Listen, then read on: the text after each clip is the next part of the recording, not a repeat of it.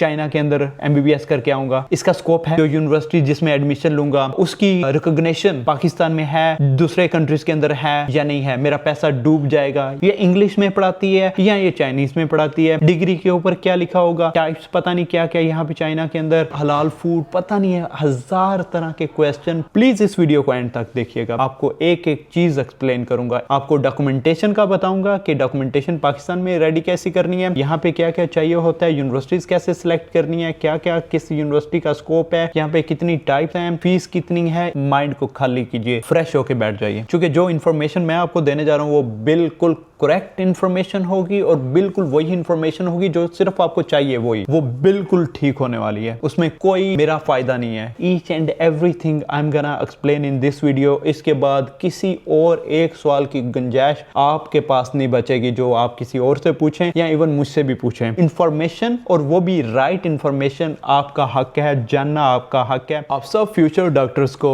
और उनके पेरेंट्स को मेरी तरफ से अस्सलाम वालेकुम। सबसे पहले मैं अपना तारुफ छोटा सा देना चाहूंगा। मेरा नाम डॉक्टर ज़ीशान गोंदल है। मैं काफी देर से YouTube के ऊपर वीडियोस बना रहा हूँ, बच्चों को गाइड कर रहा हूँ for MD CAT, for MBBS, काफी सारी अदर फील्ड्स के अंदर। मैं चाइना में मौजूद हूँ फिल वक्त और यहाँ पे मैं आर्थोपेडिक में मास्टर खुद भी कर रहा हूँ और साथ साथ लोगों को भी गाइड कर रहा हूँ। एंड देन मेरी एक कंपनी है जिसका नाम फर्स्ट लाइनर है, जो चाइना में लीगली रजिस्टर्ड है। इस कंपनी का बैक इन 2020 में मेरा एक आइडिया था जो कि फिर हकीकत बना। इसका आइडिया ये था कि लाइक फर्स्ट लाइनर्स, वो लोग जो फर्स्ट लाइन के अंदर काम करते हैं, यानी कि एक डॉक्टर उसके स्टेप A से उठा के स्टेप Z तक लेके आना, वो वाली कंपनी जो उसको हेल्प करे। दैट वाज द आइडिया जो अल्हम्दुलिल्लाह पूरा भी हो रहा है through my videos, through my consultancy, through my guidance जो कि बच्चों को मैं दे रहा हूं। एंड उसका सबूत आप लोग डिफरेंट रिव्यू वीडियोस में देख रहे हैं। आज की वीडियो इंतहाई आप लोगों के लिए इंपॉर्टेंट होने वाली है। अब सबसे पहले आपका जो क्वेश्चन नंबर 1 होता है उस पे आते हैं। बच्चे पूछते हैं कि सर, जो चाइना के अंदर यूनिवर्सिटीज हैं उसके अंदर पढ़ने के बाद पाकिस्तान में जब हम वापस आएंगे MBBS क्लियर करके, तो क्या हम एज अ डॉक्टर काम कर पाएंगे पाकिस्तान के अंदर? उसका आंसर है यस एंड नो। 4 पिलर्स के ऊपर ये पूरी की पूरी स्टोरी हमारी रिलाई करेगी। पाकिस्तान में एक अदारा है जिसको कहते हैं PMDC, Pakistan medical and dental council. अब वो कहता है जिन बच्चों ने पाकिस्तान के बाहर जाके पढ़ना है उनके 2 जो सर्टिफिकेट है ना, डिग्रीज FSC की कह लें, MD कैट का सर्टिफिकेट कह लें। FSC में आपके 60%, 60% नंबर लाजमी होने चाहिए। MD कैट के अंदर 50%, 50% आपके लाजमी नंबर होने चाहिए, तब आप एलिजिबल हो। हम कहेंगे कि आप भाई बाहर जाके पढ़ सकते हो, उनकी तरफ से NOC तब आपको दिया जाएगा। अगर बच्चे जो MD कैट नहीं दे के आ रहे, वो कहीं और दुनिया में काम कर सकते हैं एज अ डॉक्टर, लेकिन वो पाकिस्तान में अभी के जो रूल के अकॉर्डिंग, बाद में ये चेंज भी हो सकते हैं। पाकिस्तान में एक दिन रूल कुछ और होता है, दूसरे दिन कुछ और होता है। तो ये जो पहला पिलर था ना यस और नो का, वो था कि अगर if you have the 50% in MD CAT and 60% in the FSC, then you can come back to Pakistan and then you can practice as a doctor। अब अगर तुम पाकिस्तान में या दुनिया के किसी भी कंट्री में एग्जाम तुमने जाके फ्यूचर में देना है, क्योंकि आपने एक चीज समझनी है, जो भी डॉक्टर बन रहे हैं ना, फॉर एग्जांपल मैं खुद आपको अपनी एग्जांपल देता हूं। अगर मैंने MBBS जब एक पाकिस्तान से आके चाइना के अंदर किसी यूनिवर्सिटी के अंदर कर लिया ना, तो फिर मुझे ये डिग्री दे देंगे, लेकिन उस डिग्री के बाद जब मैंने किसी और कंट्री में जाना है ना, तो वो कहते हैं कि हमें एग्जाम दो, ताकि हमें पता चल जाए जो आपने पढ़ा है ना वो वाकई में आपने पढ़ा है, झग नहीं मारी जो पंजाबी में हम बोलते हैं। तो वो उनके अपने अपने कंट्रीज के एग्जाम होते हैं। जैसे पाकिस्तान में अगर हम जाएं तो वहां पे PMDC का अपना एग्जाम है जिसको हम कहते हैं NRE। अगर हम USA अमेरिका के अंदर जाएं तो उनका USMLE, और अगर हम UK के अंदर जाएं तो उनका PLAB है। ऑस्ट्रेलिया के अंदर इसी तरह AMC है। तो डिफरेंट कंट्रीज के अपने अपने एग्जाम होते हैं। जैसे पूरी दुनिया में यूनिवर्सिटीज है ना, तो उनको ना रेगुलाइज करता है अमेरिका का इंस्टीट्यूट जिसको बोलते हैं WDOMS, world directory of medical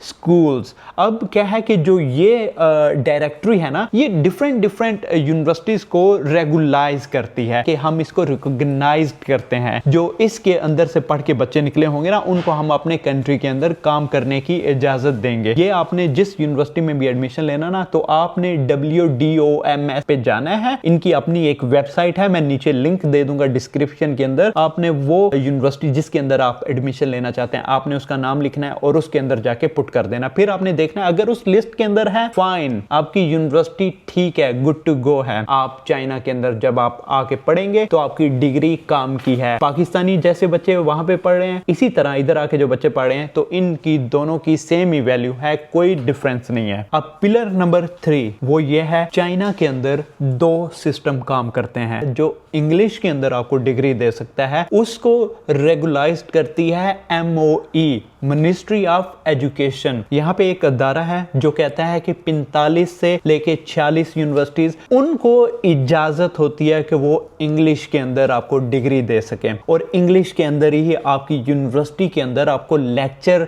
दे सकें और आपको इंग्लिश के अंदर प्रॉपर एजुकेशन दे सकें। ये सिर्फ और सिर्फ 45 यूनिवर्सिटीज MOE लिस्टेड जो होती हैं, इनको इजाजत होती है। बाकी दें ना दें वो उनकी अपनी मर्जी है। और इन्हीं यूनिवर्सिटी के अंदर ग्रेजुएशन से पहले HSK आपसे लिया जाता है, तो ये कंफर्म होता है बाय MOE, जो इनकी चाइना के अंदर मिनिस्ट्री ऑफ एजुकेशन है, वो प्रॉपर भाई रूल लिख के भेजती है कि तुम लोगों ने बच्चों को ऐसे डील करना है। ऐसा नहीं है आज एक कंसल्टेंट ने बात की, फॉर एग्जांपल आपसे HSK 5th ईयर में लिया जाएगा, लेकिन आपसे लिया कब जा रहा है, आपको प्रेशराइज किया जा रहा है कि पहले सेमेस्टर के अंदर दो, दूसरे सेमेस्टर के अंदर दो, तो कोई ज़हनी सुकून ही नहीं बच्चे को रहेगा। कोई यहाँ पे आके बंदे का मेंटली जो एक सेटिस्फेक्शन मिलती है ना, वो ही नहीं मिल रही। तो यहाँ पे MOE जो होती है ना, डिग्री जब आपको एंड पे मिलेगी ना, उसके अंदर लिखा होगा थॉट इन इंग्लिश, इंग्लिश के अंदर ये डिग्री थी। बाकी जो डिग्रीज होती हैं बाइलिंगुअल की, जैसे मेरी अपनी, मैं खुद बाइलिंगुअल से पढ़ा हूं, ठीक है। एजेंट यही बोलते हैं कि जी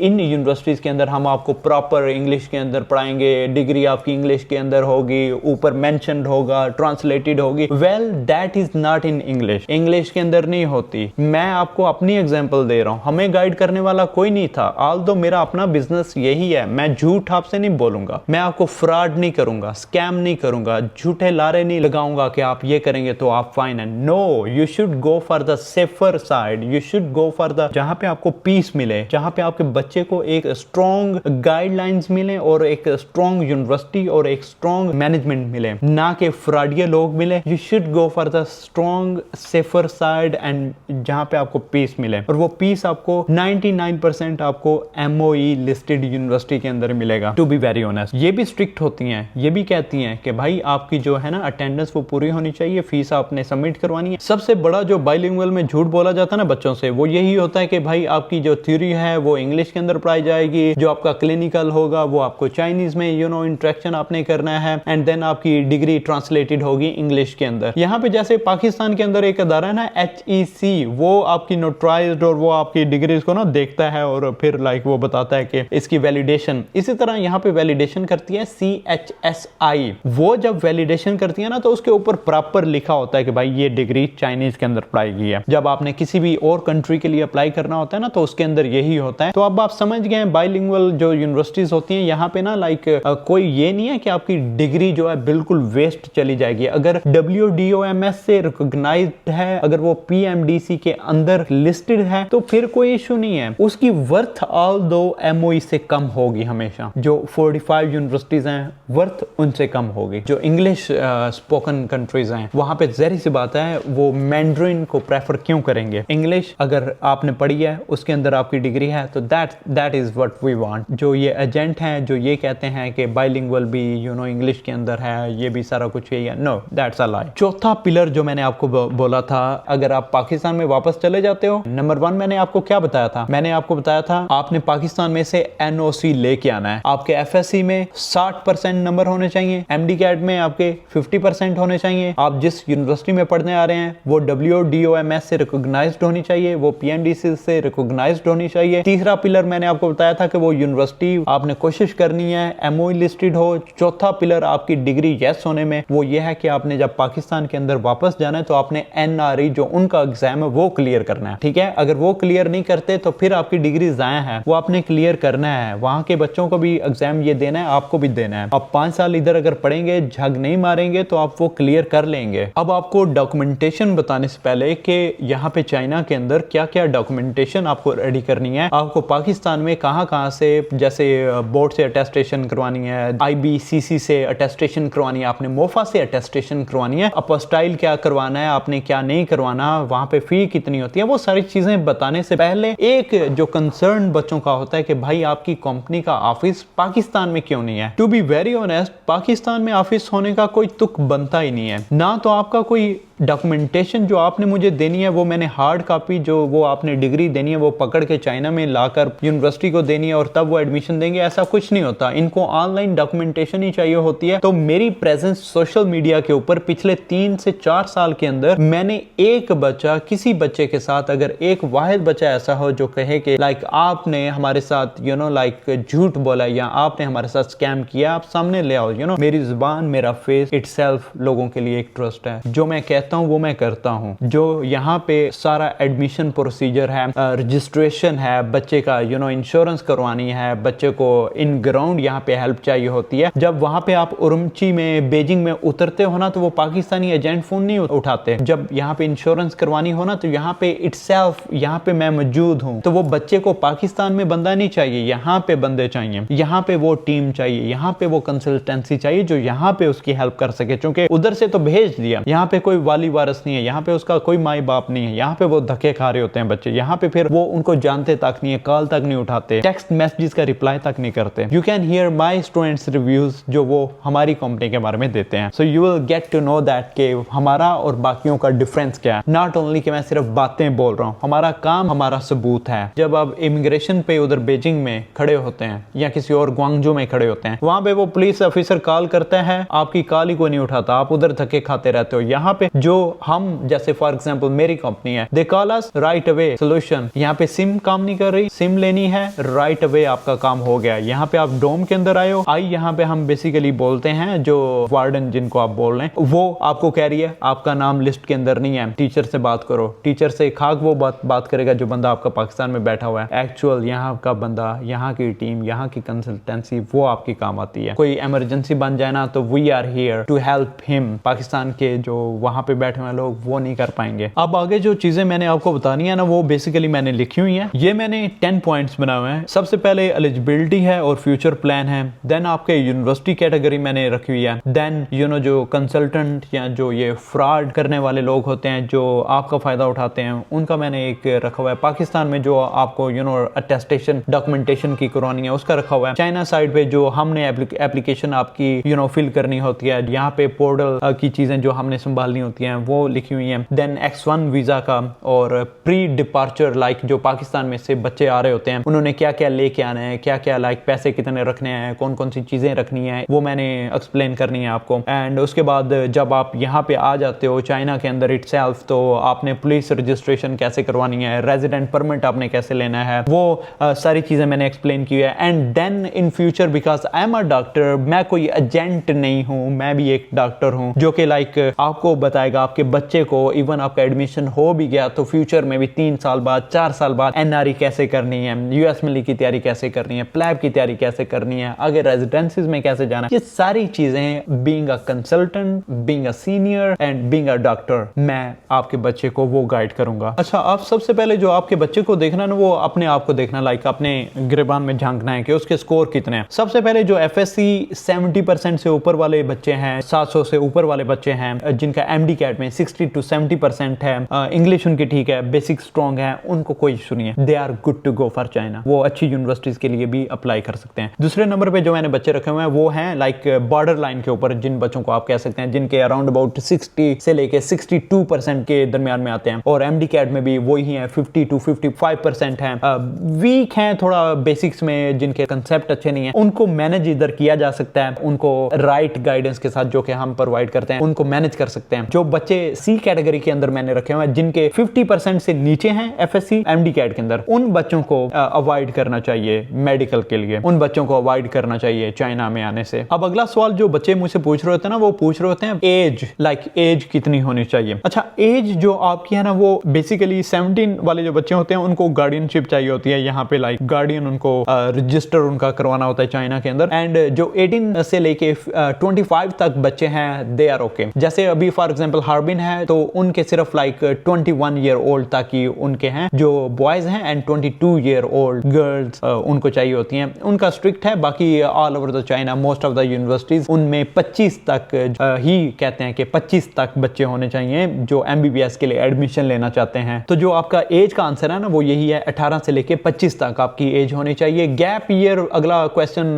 ज्यादातर बच्चे पूछ रहे होते हैं कि गैप ईयर अगर हो तो कोई इशू तो नहीं है। वेल, गैप ईयर का इशू नहीं है, लेकिन आपकी जो एज है ना उसको एक्सीडेड नहीं होना चाहिए। गैप ईयर अगर इस एज के दरमियान ही आपकी है तो इट्स ओके। अच्छा, अब जो बच्चे हमसे बेसिकली रब्ता कर रहे होते हैं ना, जैसे आप हो, तो हम ऐसे नहीं करते कि अच्छा आपने कॉन्टेक्ट किया है, अस्सलाम वालेकुम, अब मुझे चाइना में एडमिशन लेना, मैं आपको कोई यूनिवर्सिटी उठा के मुंह पे नहीं मार दूंगा कि नहीं ये बेस्ट है, इधर चूंकि मेरा कॉन्ट्रैक्ट है तो बस आप इधर आ जाओ। सबसे पहले मैं आपकी प्रोफाइल देखूंगा कि आपकी प्रोफाइल क्या है, उसके बाद फिर मैं देखूंगा अच्छा आपने पाकिस्तान में एमडी कैट किया हुआ है, आपका सारा जो मैंने पहले बोला था पाकिस्तान में पीएमडीसी से क्लियर है, फिर आपकी यूनिवर्सिटी WDMS से क्लियर है जो आप कह रहे हैं, देन आप एनआरई के लिए आप मेंटली तौर पे आप कह रहे हैं कि पाकिस्तान जाना है एंड आई एम रेडी। मैं सारी चेक लिस्ट एक दफा टिक करता हूँ, देन मैं आपको एक यूनिवर्सिटी रिकमेंड करता हूँ। अब वो बच्चे जो बेसिकली पूछते हैं कि सर हमें ना चाइना की टॉप यूनिवर्सिटी के अंदर जाना है, हमें फीस का कोई इशू नहीं है, तो फिर मैं आपका ना या जो बच्चे कहते हैं सर हमें ना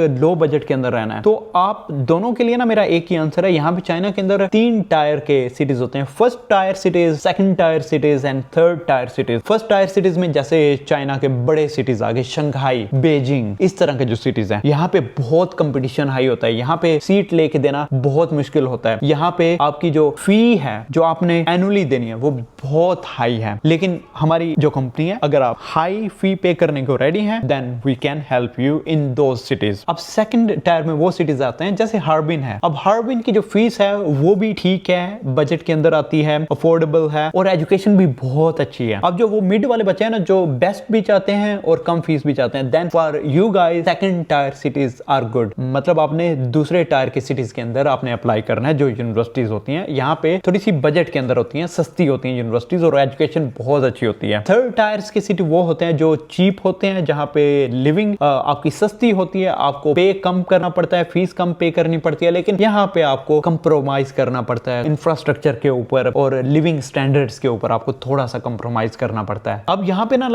जो कॉस्ट आप पूछते हैं कि कॉस्ट कितनी है, ठीक है, यहाँ पे चाइना के अंदर फी कितनी है, सो आपने ना एक चीज लिख लेनी है, अपने ज़हन में ना बैठा लें। आपने 1 RMB जो होता है ना, 1 RMB उसको बेसिकली आपने मल्टीप्लाई करना है, ज़रब देनी है 40 रुपए से। रेट आपका ऊपर नीचे होता रहता है, लेकिन आपने ना एवरेज में 40 से मल्टीप्लाई कर लेना है, जो अभी मैं आपको बताने लगा हूं। फिर आपको ना पाकिस्तानी रुपी में आपको आइडिया हो जाएगा। सबसे पहले जो आपको हर साल देना होता है वो अपने देना होता है बेसिकली फिजिकल एग्जाम के लिए, फिजिकल एग्जामिनेशन के लिए वो देना होता है 400 RMB। चाइना की किसी यूनि के अंदर जाएं आपको देना ही देना है। उसके अलावा आपने रेजिडेंट परमिट जो आपने देना है वो कुछ सिटीज में 400 होता है, कुछ ड्यूरेशन पे भी डिपेंड करता है, लेकिन आपने 800 RMB से मल्टीप्लाई कर लेना है। देन इंश्योरेंस आप जो है वो 800 उसका लगा लें, ठीक है, और कैंपस कार्ड, सिम वगैरह, वाईफाई वगैरह उसका आप 200 RMB लगा लें पहली दफा, और फिर जो है 50 RMB तो वो आप